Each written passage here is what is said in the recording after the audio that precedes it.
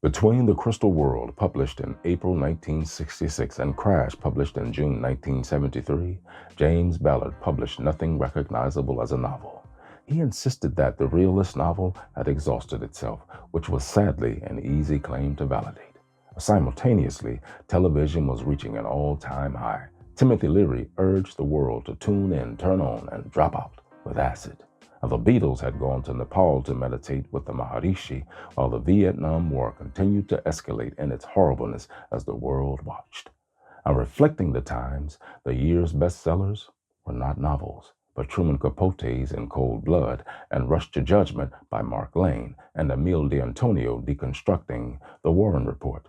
Our change was coming, and Ballard was itching to explore very extreme avenues of his psyche and creativity.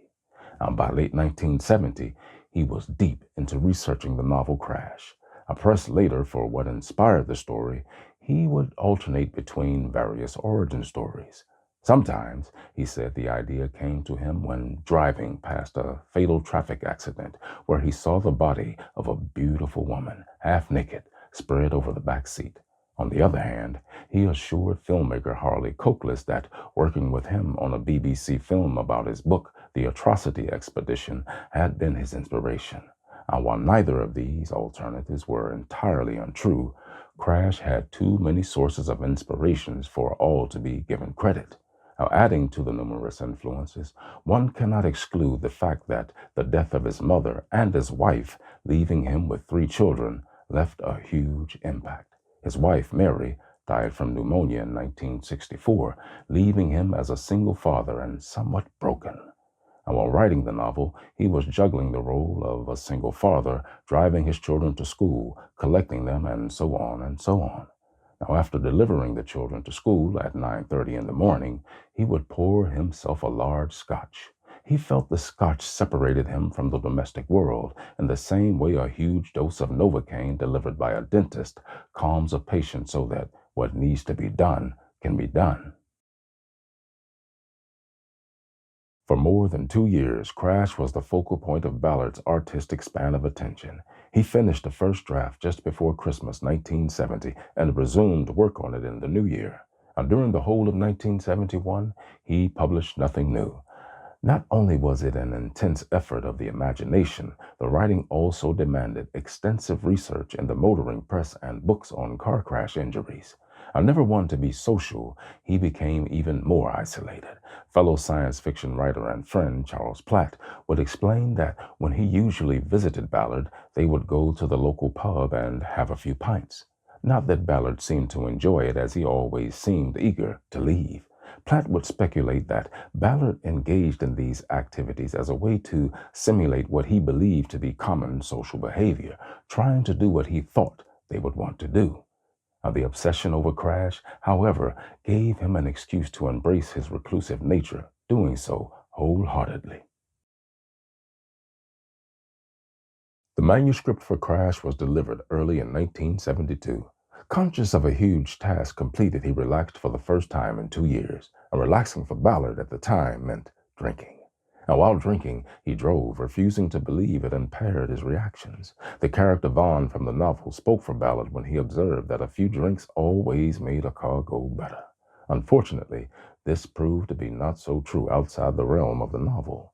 One evening, Ballard was driving back from, he guesses, a West End movie preview, conceivably that of Stanley Kubrick's A Clockwork Orange, when around midnight his car lost control at the bottom of Chiswick Bridge, demolished a road sign, turned over, and slid to a halt on the opposite side. The accident became a part of the Ballard mythology, accumulating details with each retelling. At the time, his account was simple, explaining, "I rolled a Zephyr across a dual carriageway and ended up on my head in the oncoming lane, tucked under the wall of Mortlake Cemetery."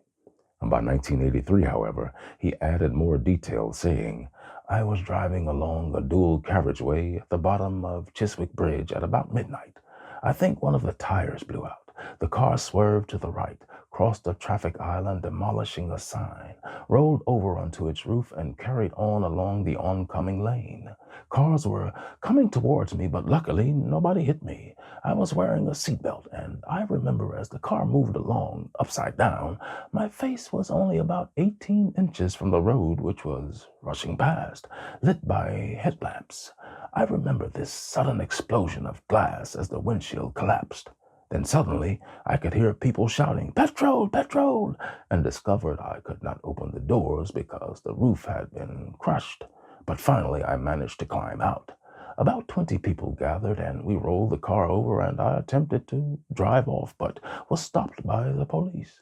I spent 3 days with a splitting headache, then went out, hired a car, drove to where the wrecked Zephyr was stored, and photographed it.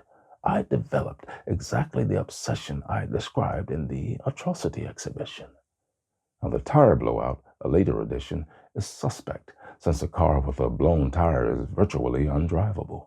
The photos he took of the car while it sat in the police pound don't include a shot of the blown tire, and from what one can see of the front tires, both appear intact.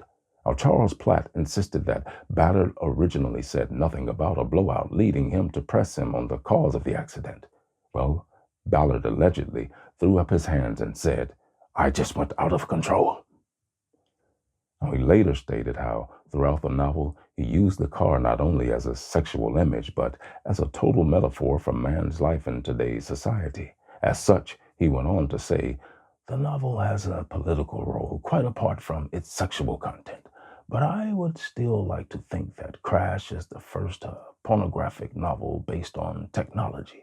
In a sense, pornography is the most political form of fiction, dealing with how we use and exploit each other in the most urgent and ruthless way. Needless to say, the ultimate role of Crash is cautionary, a warning against that brutal, erotic, and overlit realm that beckons more and more persuasively to us from the margins of the technological landscape."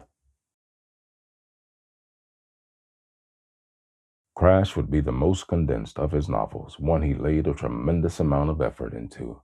He would usually burn his manuscripts upon completion and publication, but in the case of Crash, both the first draft and corrected typescript survive. The former is a barely decipherable maze of overscrawled second, third, and fourth thoughts. Even the clean copy he delivered to Cape in early 1972 is littered with his handwritten corrections. Now, the intensity of his effort is quite noticeable. As expected, the novel received divided reviews when originally published. One publisher's reader returned the verdict, "This author is beyond psychiatric help. Do not publish." Our 1973 review in the New York Times was equally horrified. "Crash is hands down the most repulsive book I've yet to come across." Upon publishing, Ballard never complained that Cape censored him, and it seems like the length of the novel rather than its content dictated most deletions, something which is proven by the fact that the most provocative episodes remained intact and, if anything, only occasionally was an image so outrageous that the editors intervened. However, retrospective opinion now considers Crash to be one of Ballard's best and most challenging works. Reassessing Crash in The Guardian, Zadie Smith wrote, "Crash is an existential book about how everybody uses everything, how everything uses everybody, and yet it is not a hopeless vision." On Ballard's legacy, she writes, "In Ballard's work, there is always this mix of futuristic dread and excitement, a sweet spot where dystopia and utopia converge. For we cannot say we haven't got precisely what we dreamed of, what we always wanted so badly."